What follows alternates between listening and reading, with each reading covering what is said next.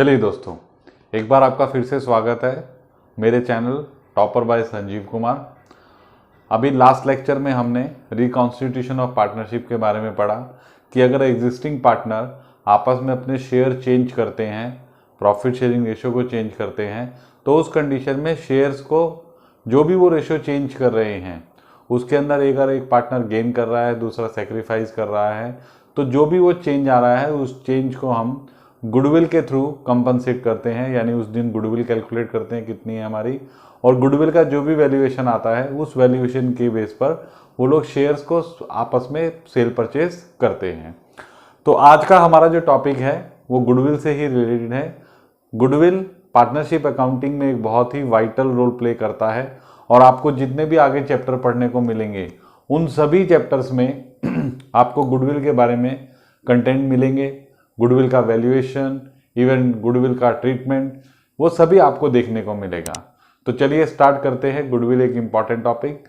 मैं एक बार फिर से आपको याद दिलाना चाहूँगा कि आप मेरे चैनल को सब्सक्राइब अगर आपने नहीं किया है तो सब्सक्राइब कीजिए, बेल बजाइए, क्योंकि जैसे ही बेल बजती है यहाँ पर लेक्चर चालू हो जाता है। तो चलिए देखते हैं। सबसे पहले हम बात करते हैं गुडविल की। तो गुडविल है क्या? 11th में आपने पढ़ा होगा गुडविल कि गुडविल हमारी एसेट्स होती है। आज हम थोड़ा डिटेल में उसका थ्योरेटिकल बेस में जाएंगे कि गुडविल है क्या। गुडविल का मतलब होता है रेपुटेशन ऑफ द फर्म। यानी गुडविल, जैसा कि नाम से ही पता लग रहा है, गुडविल का मीन्स गुड नेम, जिसको हम रेपुटेशन भी बोलते हैं बिजनेस की। कि हम जैसे बात करते हैं ना कि यार वो कोई पर्टिकुलर अगर हमें कोई सामान खरीदना है तो हम लोग अगर कोई दुकान 10 दुकान छोड़कर भी है तो हम उस दुकान पर जाना पसंद करते हैं। क्यों? क्योंकि उसकी रेपुटेशन है, एक फोर्स है जो हमको अट्रैक्ट करती है कि जाओ भाई उस दुकान से जाकर ही सामान खरीदना है। तो इसी तरह से पार्टनरशिप बिजनेस के अंदर भी, बिजनेस के अंदर जितने भी लोग इन्वॉल्व होते हैं, चाहे उनके वो डेटर्स हों चाहे क्रेडिटर्स हों, जिनको हमने माल बेचना है या जिनसे हमने माल खरीदना है, तो हम वो लोग हमारे बिजनेस की ओर अट्रैक्ट कब होते हैं? जब हमारी बिजनेस के अंदर हमारी एक गुडविल होती है। तो उसी वैल्यू को हम क्या बोलते हैं? गुडविल। गुडविल जो है ये हमारी एसेट्स होती है। अब इसके बाद कई बार एग्जाम में ये पूछ लेते हैं कि डिफाइन गुडविल, यानी मीनिंग तो आपको क्लियर हो गया। Goodwill means good name, reputation of the business, या ऐसी कोई भी फोर्स या अट्रैक्शन जो कि आपको बिजनेस का कस्टमर बनने के लिए या बिजनेस में डील करने के लिए फोर्स करती है।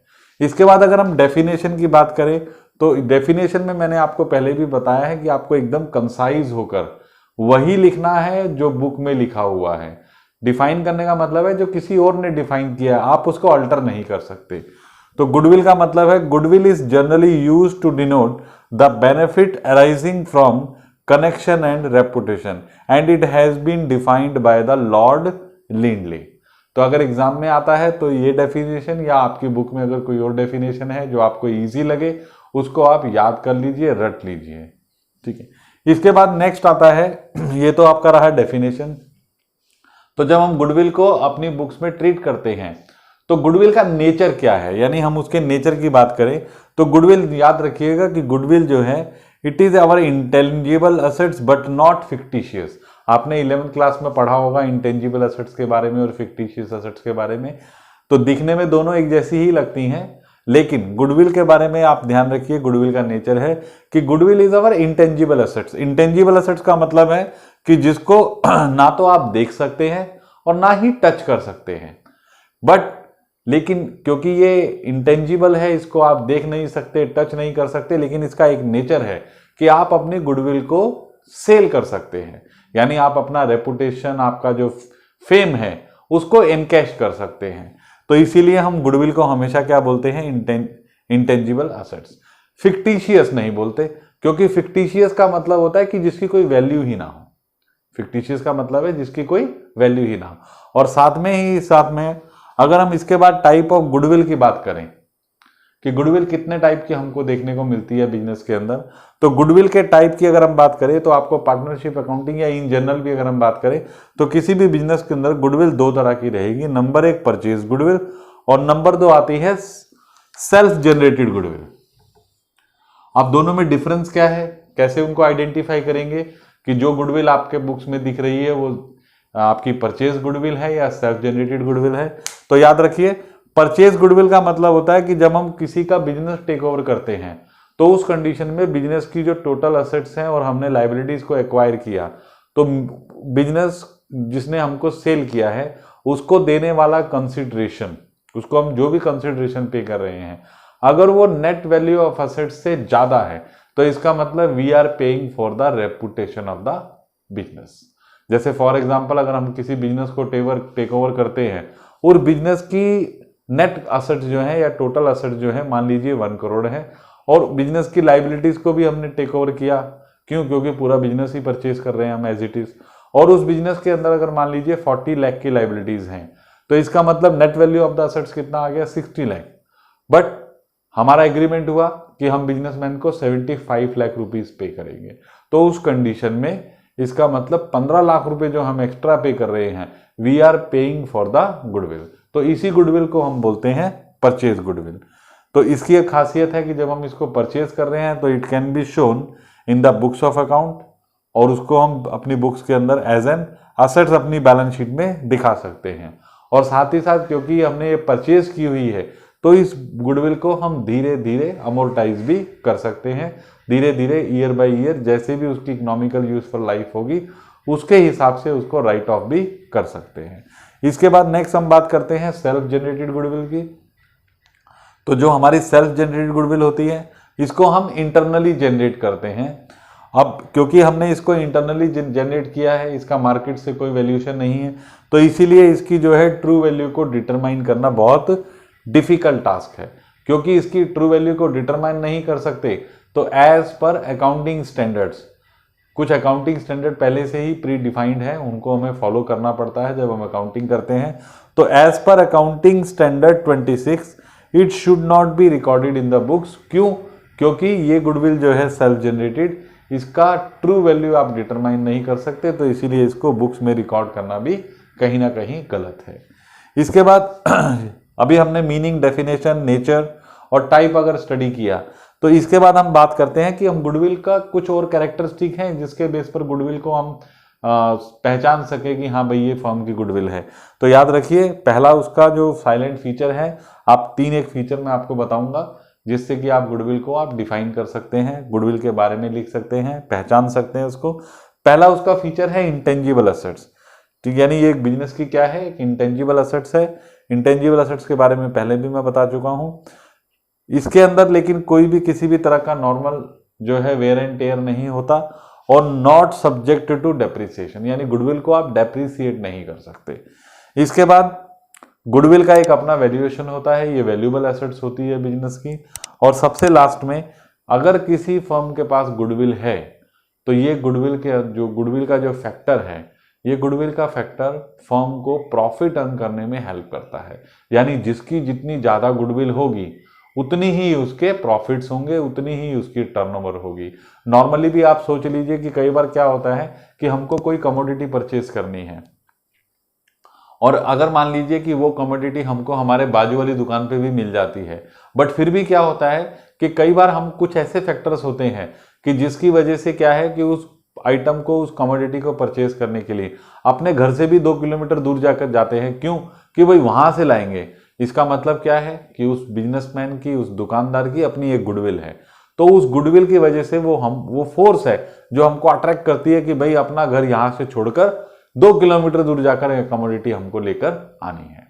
तो ये रहा बेसिक। अब हम इसके बाद पढ़ेंगे कि हमारे को गुडविल के ऐसे कौन कौन से फैक्टर हैं जो किसी भी फर्म की गुडविल को अफेक्ट करते हैं। आइए अब हम बात करते हैं उन फैक्टर्स की जो किसी भी बिजनेस की गुडविल को अफेक्ट करते हैं।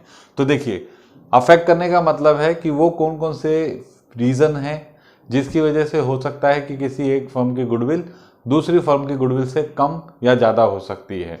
तो उन फैक्टर्स में अगर बात करें तो सबसे पहला आता है फेवरेबल लोकेशन, यानी आपके बिजनेस का जो लोकेशन है वो अगर फेवरेबल है, फेवरेबल का मतलब कि जहां पर लोग आसानी से आपके बिजनेस को एक्सेस कर सकें, इजीली पहुंच सकें। तो ऑब्वियसली क्या होगा कि अगर आपका फेवरेबल लोकेशन पर बिजनेस है तो आपकी गुडविल दूसरे सेम टाइप के बिजनेसेस से ज़्यादा होगी।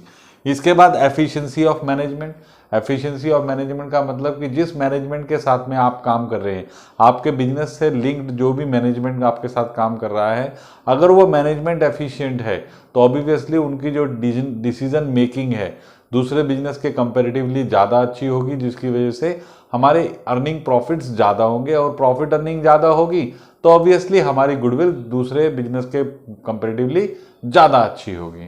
इसके बाद नेक्स्ट आता है जो काफ़ी हद तक किसी फर्म की गुडविल को डिटरमाइन करता है कि आप जिन गुड्स का प्रोडक्शन कर रहे हैं उनका नेचर क्या है, यानी नेचर ऑफ गुड्स। अगर मान लीजिए आप डेली यूज़ में यूज़ होने वाली ऐसी गुड्स बना रहे हैं जो कि एक आम पब्लिक यूज़ करती है, तो उस कंडीशन में क्या होगा कि आपकी गुडविल वो ऐसे बिजनेसेस से तो ज़्यादा ही होगी जो कि लग्जरी आइटम बनाते हैं। क्यों? क्योंकि आपकी एक्सेस उन लोगों तक बहुत ज़्यादा होगी जो डेली आइटम्स को यूज़ करते हैं। इसके बाद नेक्स्ट आता है प्रोसेसिंग ऑफ लाइसेंस।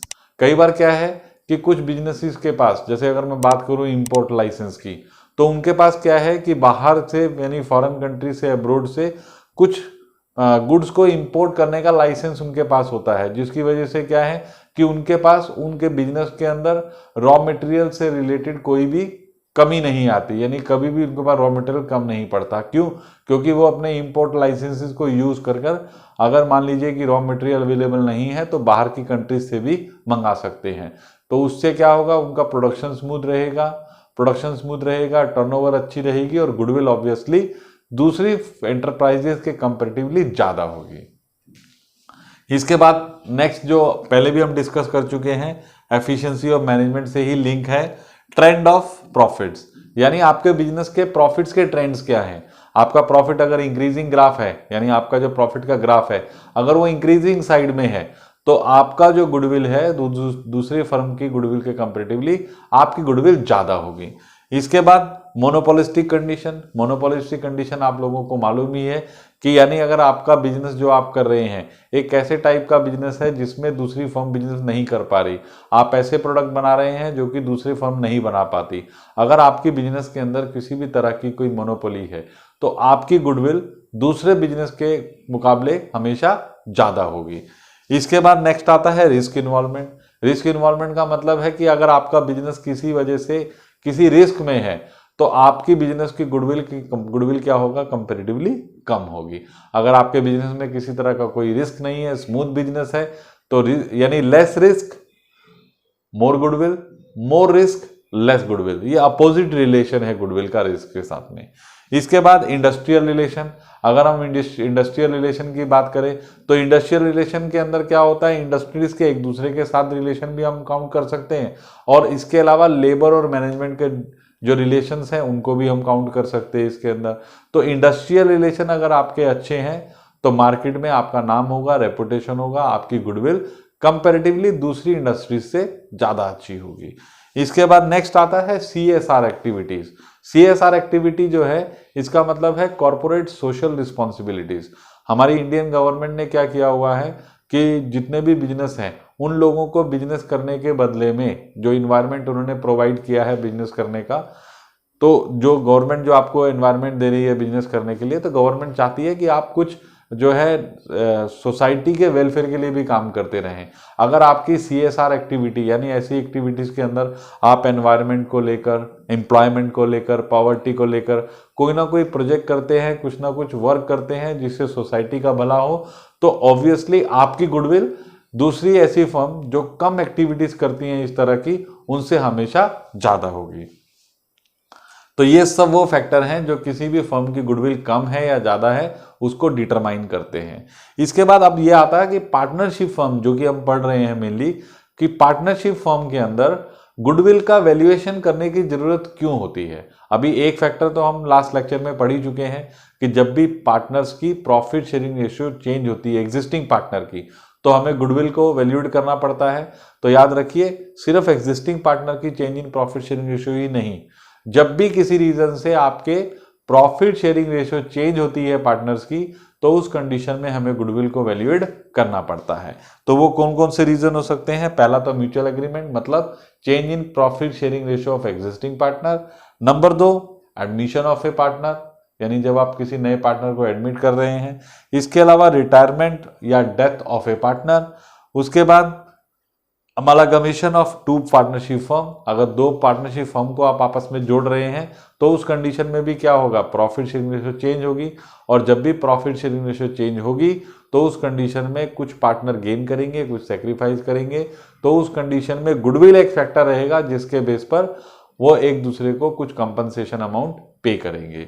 इसके बाद लास्ट में आता है सेल ऑफ बिजनेस। अगर आप अपने बिजनेस को बेच रहे हैं then you will be need to value your goodwill, क्योंकि आप गुडविल वैल्यूएशन करेंगे। अगर आपने मार्केट के अंदर अच्छी गुडविल अर्न की है तो उस कंडीशन में you will be able to sell out your business at a higher consideration, यानी आपकी जो total net value of assets है उससे ज्यादा अमाउंट आप मार्केट में से ले सकते हैं जब आप अपने बिजनेस को सेल आउट करेंगे।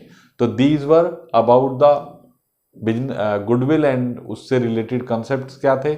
उम्मीद है कि आपको समझ आए होंगे। आप इनके नोट्स बनाइए और नोट्स बनाकर इनको जो है रूटीन में बीच बीच में पढ़ते रहिए, जिससे क्या है कि एग्जाम पॉइंट ऑफ व्यू से चैप्टर टॉपिक बहुत इंपॉर्टेंट है। गुडविल का नीड, इसके अलावा फैक्टर्स या डेफिनेशन, नेचर ऑफ गुडविल, ये सब क्वेश्चन अक्सर एग्जाम में पूछे जाते हैं। इसके बाद जो नेक्स्ट टॉपिक हमारा रहेगा उस टॉपिक के अंदर हमने क्या पढ़ा, नीड ऑफ वैल्यूएशन, कि हमें जरूरत क्या है वैल्यूएशन की। तो ये सब अगर हमको क्लियर हो गया तो वैल्यूएशन किया कैसे जाता है, यानी क्या मेथड्स अवेलेबल हैं जिसके बेस पर आप किसी भी पार्टनरशिप फर्म के अंदर गुडविल को वैल्यूएट कर सकते हैं। तो नेक्स्ट लेक्चर में हम वो मेथड सीखेंगे जिससे गुडविल को वैल्यूएशन किया जा सकता है। उम्मीद है कि आपको ये लेक्चर पसंद आया होगा। तो एक बार फिर आपसे रिक्वेस्ट है कि मेरे चैनल को आप सब्सक्राइब कीजिए, लाइक कीजिए और मैक्सिमम शेयर कीजिए। Thank you.